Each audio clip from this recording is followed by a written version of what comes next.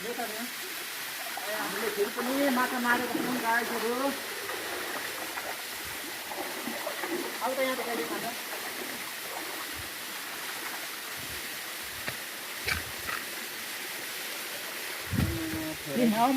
Wow गाईहरू माछा fish fish prawn fish my god यस्तो सुन्दर झर्नाको दामी फिस नि फेरि अर्ग्यानिक एकदम हो।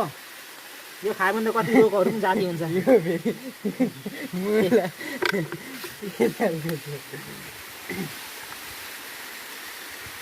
गाईहरू देख्न सक्नुहुन्छ यहाँनिर अर्ग्यानिक फिस प्रन दामी तरिकाले मार्नु हुन्छ अब।